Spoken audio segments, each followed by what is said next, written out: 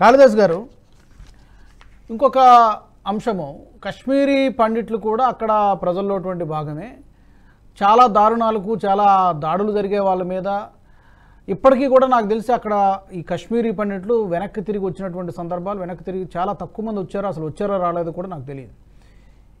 వీళ్ళకి ఏమైనా న్యాయం చేయగలిగారా ఇంతవరకు జరిగిన దాంట్లో? మీ దాని గురించి ఏమైనా మీ అబ్జర్వేషన్ ఏమైనా ఉందా? ఏమైనా చెప్పగలుగుతారా? కశ్మీరీ ప్రత్యేకమైన చర్యలు ఏమీ చేపట్టలేదండి. వాళ్ళకి పునరావాస కేంద్రాలు ఏదో వాళ్ళ ప్రావియన్స్ అది పెడుతున్నారు, కానీ ఎడిక్వేట్ సెక్యూరిటీ లేదు అక్కడ. ఓకే. సో ఈ మధ్య కూడా, ఈ సంవత్సరంలో కూడా, లాస్ట్ ఇయర్ అనుకుంటా కొన్ని దాడులు జరుగుతూనే ఉంటాయి. సో భయపెట్టి వాళ్ళని, కాశ్మీర్ లోయ అంతా వాళ్ళ అధీనంలోనే ఉన్నది. జమ్మూ ప్రాంతం అంతా హిందూస్, ఎక్కువ కాశ్మీరీ పండిట్స్. సో అక్కడున్న వాళ్ళ స్ట్రాటజీ అది.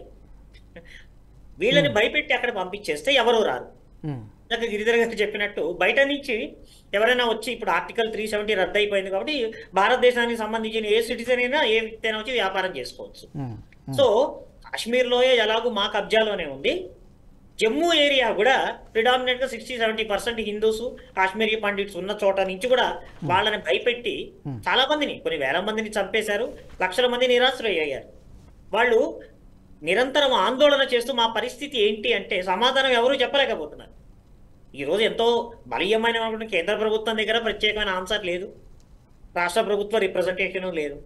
సో వాళ్ళకి చాలా మంచి రక్షణ కల్పించి, వాళ్ళు పోగొట్టుకున్నవన్నీ వాళ్ళకి ఇప్పించి, వాళ్ళకి మనోధైర్యంగా, వాళ్ళకి ఆ ఎష్యూరెన్స్ కల్పించే సెక్యూరిటీ మెజర్స్ చాలా తీసుకోవాలి.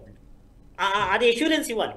ఇప్పుడు లేకపోతే ఏ రోజు చచ్చిపోతామో అన్న ప్రదేశంలో ఉన్నప్పుడు, అన్న ప్రభావిత ప్రాంతాలలో ఉన్నప్పుడు ఎవరుంటారు? అంటే ఎందుకని వాళ్ళ విషయంలో అంటే ఉదాసీన వైఖరి ఉందా, లేకపోతే వాళ్ళ జనాభా తక్కువ, లేకపోతే ఎందుకని ప్రాపర్ కేర్ తీసుకోలేదనుకోవచ్చా? అంటే ప్రభుత్వ విధానాలండి. ప్రభుత్వ విధానాలు ఫెయిల్యూరు. తర్వాత అక్కడ పొటెన్షియల్గా ఉండాలి. సో అందుకని మరి అది ప్రభుత్వ అధీనంలో ఉంటుంది కదా సెక్యూరిటీ అన్నది. అయితే కూడా ఏదో ఒకళ్ళు ఇద్దరు కాదు, కొన్ని లక్షల మంది ఉన్నారు. చాలా పెద్ద ఎత్తునటువంటి సెక్యూరిటీ మెజర్స్ మోహరింపజేయాలి. ఇప్పుడు ఎంతో సెక్యూరిటీ తీసుకుంటున్న అమర్నాథ్ యాత్ర మీద కూడా వాళ్ళు కొన్ని ఫ్యూ పీపుల్ అటాక్ చేసిన ద్వారా ఉన్నాయి. ఆ కొండలకు అటు ఇటు 24 గంటలు కాపలా కాస్తున్న సందర్భాల్లో కూడా ఎక్కడైనా అంతర్గతంగా కానీ బాహ్యంగా కానీ ప్రతి ఇంచుని కవరప్ చేయటం అన్నది కష్టం. సో దానికి ఒక ప్రత్యేకమైన ప్రణాళిక రచించి కాశ్మీరీ పండిట్స్ కేవలం ఉన్న వాళ్ళని రక్షించడమే కాదు, మరి పునరావాసం వెళ్ళిపోయి ఉత్తరప్రదేశ్, పంజాబ్ అటువంటి రాష్ట్రాలకు వెళ్ళిపోయి, హైదరాబాద్లో కూడా చాలా మంది ఉన్నారంట. అప్పుడు మన అనలిస్టులు చెప్తూ ఉంటారు, సురేష్ గారు, మన గిరిధర్ గారు కూడా చెప్తూ ఉంటారు, హైదరాబాద్లో కూడా చాలా మంది ఉన్నారట. వస్తారు. ఇప్పుడు దేశం మొత్తం మీద వాళ్ళకి ఎక్కడ సేఫ్ అనుకుంటే అక్కడ వెళ్తారు కదా. బ్రతుకు జీవుడు అనుకుంటే వెళ్ళాలి కదా at the end of the day. So వాళ్ళ ఒరిజినల్ మాతృభూమికి వాళ్ళు ఎడ్యుకేషన్ చేస్తున్నారు, మాకు రక్షణ ఏది అని చెప్పి. సో అక్కడే పుట్టి పెరిగి కొన్ని శతాబ్దాలుగా అక్కడే పుట్టి పెరిగినటువంటి లోకల్ పీపుల్కే మరి చాలా వరకు రక్షణ లేదు. అయితే క్రమక్రమంగా మార్పు చాలా వచ్చింది. 10 ఏళ్ల క్రితం, 15 ఏళ్ల క్రితం విచ్చలవిడిగా ఎవరు కనపడితే వాళ్ళని అలా వాకిన్ అయిపోయి కాల్ చేసి వెనక్కి రావటం కన్నా అలా తేడా వచ్చింది. కానీ బ్యాక్ టు పునరావాసం, ఆ అభద్రతా భావం నుంచి వాళ్ళని తొలగించి, మీరు మీ రాష్ట్రానికి మళ్ళా రావచ్చు, మీ మాతృభూమికి మీరు రావచ్చు, మీ చదువులు, మీ ఉద్యోగాలు, మీ వ్యాపారాలు మీరు పెద్ద ఉద్యోగాలు లేకపోయినా మీ చదువులు, మీ వ్యాపారాలు మీరు చేసుకోవచ్చు అన్న భావం ఇవ్వాలంటే కేంద్ర ప్రభుత్వము, అక్కడ బహుశా తొందరలో ఏర్పడబోయే రాష్ట్ర ప్రభుత్వము ఒక ప్రత్యేకమైన ప్రణాళిక రచించి కాశ్మీరీ పండిట్స్కి పునరావాసం కల్పించి వాళ్ళకి శాశ్వత హోదా ఇవ్వాలి. కానీ ప్రస్తుతం ప్రభుత్వం దగ్గర కానీ మిగతా వాళ్ళ దగ్గర ఇదమిత్తంగా అయితే పెద్ద ఆన్సర్ లేదు జరిగిన మారణ హోమాన్ని ఎలా నివారిస్తారన్నదాన్ని. గిరిధర్ గారు, ఈ విషయంలో మీరు కూడా పర్యటించారు కాబట్టి చాలా సందర్భాల్లో కొంతమందితో మీరు మాట్లాడి కూడా ఉంటారు. ఎందుకని అంటే జరగాల్సినంత, అంటే వాళ్ళ విషయంలో, కశ్మీరీ పండిట్ల విషయంలో పునరావాస కేంద్రాలు ఏర్పాటు చేయడం అనేది ఏం చేస్తే తిరిగి అసలు రావాలనుకుంటారా? ఒకవేళ అలాంటి రక్షణ కల్పిస్తే తిరిగి వస్తారా? ఎందుకు వచ్చిందినే మళ్ళీ ఆ రిస్కీ జోన్లోకి వెళ్దాం అనుకుంటారు? అంటే ఇది చాలా కాంప్లికేటెడ్ అంశం అండి. వాళ్ళు విస్థాపితులై ఇప్పుడు రమారమి 30 ఏళ్ళు పైన అయిపోయింది. 1990లో వాళ్ళు విస్థాపితులయ్యారు. అంటే ఇప్పుడు 30 ఏళ్ల వరకు వాళ్ళు ఏమైనా ఏమి చేయకుండా గోల్డ్ గెలుకుంటే కూర్చోలేరు కదా వాళ్ళు. వాళ్ళ చదువులు, వాళ్ళ ఉద్యోగ వ్యాపారాలు అన్ని ఇతరత్ర దేశంలో ఆల్రెడీ ఎస్టాబ్లిష్ చేసేసుకున్నారు. వాళ్ళ పిల్లలు, ఎస్పెషలీ వాళ్ళ మనవళ్ళు, తర్వాత వచ్చిన తరం అంతా కూడాను లోకల్ గా పెళ్లి చేసేసుకున్నారు. ఢిల్లీలో ఎవరితో పెళ్లి చేసేసుకున్నారు, ఇక్కడ మనకు ఆంధ్రప్రదేశ్ లో, మనకు తర్వాత తెలంగాణలో, కర్ణాటకలో ఇక్కడ వాళ్ళ పిల్లలు పెళ్లి చేసేసుకున్నారు, లోకల్ గా వాళ్ళని పెళ్లి చేసుకున్నారు, తమిళనాడులో. సో చాలా మంది కాశ్మీరీ పండితులు వాళ్ళ సమాజం దాటి వాళ్ళ పెళ్లిళ్ళు అయిపోయినాయి, బిజినెస్లు, వాళ్ళ వ్యాపారాలు, అలాగే ఐటీ రంగం కావచ్చు, చాలా చాలా వాటిలో వాళ్ళు సెటిల్ అయిపోయారు. చాలా మంది మనకు అబ్రాడ్ వెళ్ళిపోయారు, అమెరికా అక్కడ అంతా వెళ్ళిపోయారు, అమెరికా తర్వాత యూరోప్, కెనడా అక్కడంతా వెళ్ళిపోయారు వాళ్ళు. వీళ్ళని మళ్ళీ మీరు జమ్మూ కాశ్మీర్ వ్యాలీకి వెళ్ళమంటే వాళ్ళు వెళ్తారా? వాళ్ళు వెళ్ళరు కదా. కానీ వాళ్ళు ఏం చేస్తారంటే సంవత్సరానికి ఒకసారో 2 సార్లు వాళ్ళ తీర్థక్షేత్రాలు ఏమున్నాయో అక్కడికి వెళ్ళి దర్శించుకొని వచ్చేస్తారు వాళ్ళు స్వగ్రామాలు. ఇప్పుడు ఖీర్ భవానీ మాతా మందిరం ఉంది అక్కడ ఉత్తర కాశ్మీర్లో, అంటే శ్రీనగర్ నుంచి జస్ట్ ఒక 30 కిలోమీటర్ దూరంలో గాందర్బల్ డిస్ట్రిక్ట్ లో తుల్లాముల్లా అన్న గ్రామంలో ఖీర్ భవానీ మాతా మందిరం ఉంది. క్షీరా భవానీ అంటారు. ఆ అమ్మవారు కాశ్మీరీ పండితులందరూ చాలా కీలకమైంది. ఇప్పుడు జూన్ 14వ తేదీన రమారమే 1,00,000 మంది కాశ్మీరీ పండితులు వస్తున్నారు అక్కడ.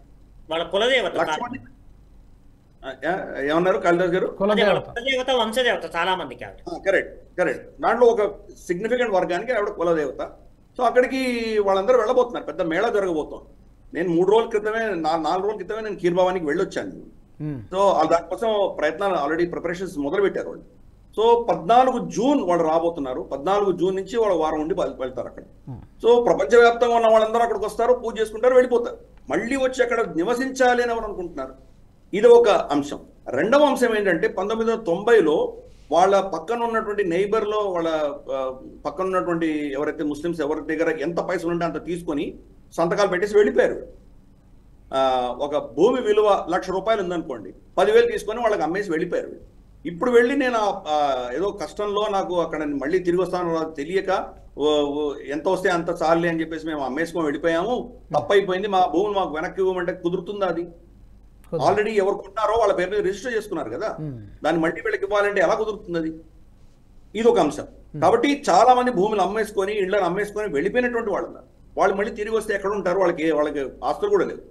ఇది రెండవ యాంగిల్. మూడవది ఏంటంటే చాలా మంది భూములు కబ్జా అయిపోయి ఉన్నాయి, దానిని వెనక్కి తీసుకొచ్చే ప్రయత్నం జరుగుతోంది. కొన్ని కోర్టు కేసులు ఉన్నాయి, కొన్ని సివిల్ అడ్మినిస్ట్రేషన్ దాంట్లో పనిచేస్తున్నది, దాంట్లో చాలా వాటికి రిస్టోర్ చేశారు. కానీ వీళ్ళు మళ్ళీ వెనక్కి వీళ్ళు ఏం చేస్తారు అక్కడ? వాళ్ళది ఏదో ఫర్ ఇన్స్టెన్స్ యాపిల్ ఆర్చర్డ్ ఉందనుకుందాం, ఓ 2-3 ఎకరాల యాపిల్ ఆర్చర్డ్ ఉందనుకుందాం, దాని పక్కన ఒక 100 ఎకరాలు మిగతా ముస్లిమ్స్ ఆర్చర్డ్స్ ఉంటాయి. మధ్యలో పోయి ఏం చేయగలరు వీళ్ళు? రక్షణ అనేది పరిస్థితి ప్రమాదమే కదా. ఎక్కడో గ్రామంలో, ఎక్కడో మనకు ఏదో వెరీనాగ్ దగ్గర, ఇంకెక్కడో ఆ ప్రాంతంలో ఎక్కడ నాకు భూములు ఉన్నాయి, అక్కడ వెళ్తానంటే ఎలా వెళ్తారు?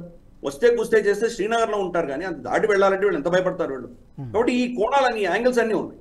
కాబట్టి వీటి వల్ల వాళ్ళకున్న ఆలయాలు కూడా అన్ని ధ్వంసం అయిపోయి ఉన్నాయి, ఎవరు పట్టించుకోవట్లేదు. కొన్ని ప్రాంతాల్లో రివైవ్ చేసినా కూడా, ఫర్ ఇన్స్టెన్స్ కుప్వాడ, మనకు కుల్గామ్లో ఉన్నటువంటి కాత్యాయని అమ్మవారి గుడి కొంతమంది కాశ్మీరీ పండితులు వాళ్ళు రివైవ్ చేశారు దాన్ని, మళ్ళీ అక్కడ కూడా సంవత్సరం ఒకసారి వచ్చి హవనం చేసి వెళ్ళిపోతారు. అలాగే అక్కడ జరుగుతున్న పరిస్థితి అంతా ఇంతని. కాశ్మీరీ పండితులు మళ్ళీ అక్కడ తిరిగి వచ్చి సెటిల్ అవ్వాలి అనుకున్నటువంటి వాళ్ళు చాలా చాలా కొద్ది, తక్కువ. ఆపర్చునిటీ ఇచ్చినా వాడు రారు వెనక్కి. కొంతమంది ప్రైమ్ మినిస్టర్ ప్యాకేజ్ అని ఒకటి ఉంది వాళ్ళకి. మన మన్మోహన్ సింగ్ ఉన్నప్పుడే ఆ ప్రైమ్ మినిస్టర్ ప్యాకేజ్ అనేది అనౌన్స్ చేశారు.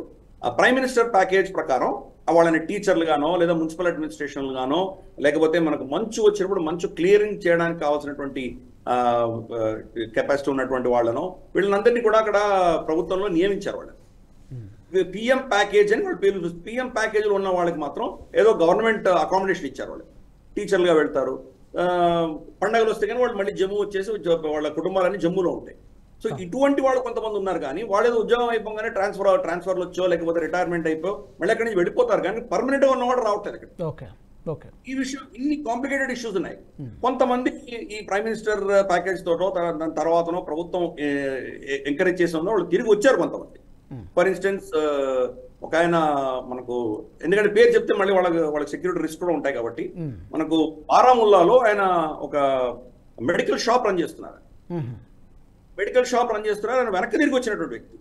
అక్కడి నుంచి పలాయనం చెంది ఆయన జమ్మూకి వెళ్ళిపోయి, జమ్మూ నుంచి ఒక దశకం 10-15 సంవత్సరాల తర్వాత మళ్ళీ తిరిగి వచ్చారు ఆయన. ఇప్పుడు వస్తే అక్కడ పరిస్థితి ఏంటంటే ఆయన సొంత ఇల్లు ఏదైతే ఉందో చెప్పాను కదా, అక్కడ ఇళ్ళు ఒకటి 10 బెడ్రూమ్స్ అలా పెద్ద పెద్ద ఇళ్ళు ఉంటాయి అక్కడ అందరికి కూడా. ఈయన ప్రాపర్టీలో సిఆర్పిఎఫ్ తిష్ట వేసి కూర్చుంది. సో ఆయన ఇంటికి ఆయన వెళ్ళలేనట్టు పరిస్థితి.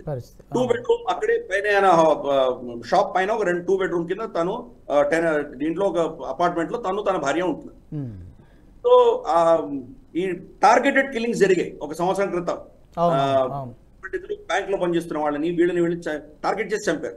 అప్పుడు ఆయన ప్రాణం చేతిలో పట్టుకుని ఆయన నేనే రోజు చనిపోతాను నాకు తెలియదు అన్నటువంటి స్టేట్మెంట్స్ నాకు ఇచ్చాడు ఆయన. కాబట్టి ఇటువంటి పరిస్థితులు అక్కడ ఉన్నాయి. సెక్యూరిటీ పరంగా వాళ్ళు ఇప్పుడు కూడా వాళ్ళకి స్థిమితంగా లేరు.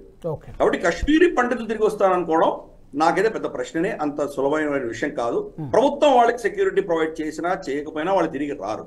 బాగా దెబ్బతిన్నారు, దానివల్ల నష్టపోయారు. ఆ బాధ ఏంటో బాగా అనుభవించినటువంటి కమ్యూనిటీ కాబట్టి వాళ్ళు తిరిగి వస్తే చేస్తే ఏమని చేయాలంటే మీలాంటి వాళ్ళు, రాజు గారు, గిరిధర్ గారు, కాళిదాస్ గారు లాంటి వాళ్ళు వెళ్ళాలి అక్కడికి. మిగతా భారతదేశం నుంచి ప్రజలు వెళ్ళి అక్కడ సెటిల్ అవ్వడం మొదలు పెడితే మనల్ని చూసి ధైర్యం తెచ్చుకొని కాశ్మీరీ పండితులు కొంతమంది వెనక్కి తిరిగి రావచ్చేమో, కానీ స్వతహాగా వాళ్ళని వెళ్ళి అక్కడ బలి పశువులు చేసేటువంటి పరిస్థితి మాత్రం లేదు. వాళ్ళు వెళ్ళడానికి సిద్ధంగా లేరు. దీనికోసం వాళ్ళు కొంతమంది ఏం డిమాండ్ చేస్తున్నారంటే పనూన్ కాశ్మీర్ కావాలి అని అడుగుతున్నారు.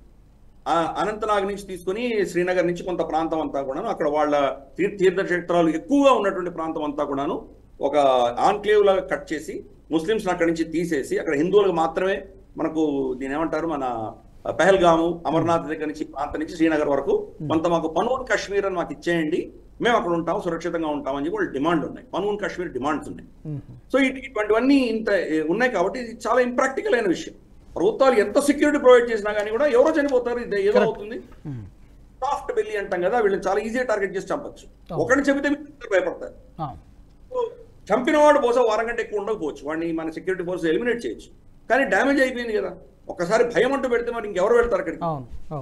అక్కడ ఉన్నటువంటి పరిస్థితి. కాబట్టి కాశ్మీరీ పండితులు వెళ్ళాలంటే మిగతా దేశంలో ఉన్నటువంటి భారతీయులు వెళ్ళి అక్కడ సెటిల్ అయ్యి వీళ్ళు కనుక అక్కడ డెవలప్మెంట్ చేస్తూ వీళ్ళు సంపాదించుకోవడం అన్నది చూస్తే, వీళ్ళను చూసి బహుశా వీళ్ళతో సహానో వీళ్ళ వెనకాలో కాశ్మీరీ పండితులు తిరిగి వస్తారు. కానీ లేకపోతే మాత్రం కాశ్మీరీ పండితులు ఎన్ మాస్ అంటే పెద్ద సంఖ్యలో అక్కడ వచ్చి సెటిల్ అవ్వడం మాత్రం నాకు అనిపించట్లేదు. ఓకే గిరిధర్ గారు, ఈ వీడియో మీకు నచ్చినట్టయితే లైక్ చేయండి, 10 మందికి షేర్ చేయండి. అలాగే కామెంట్ల రూపంలో మీ అభిప్రాయాలను మాతో పంచుకోండి. Nationalist hub group of channels ను సబ్స్క్రైబ్ చేసుకుని తెలుగునాట జాతీయవాద జర్నలిజాన్ని ప్రోత్సహించండి. ఈ వీడియో కింద ఉన్న బెల్ ఐకాన్ పై క్లిక్ చేయడం మర్చిపోవద్దు.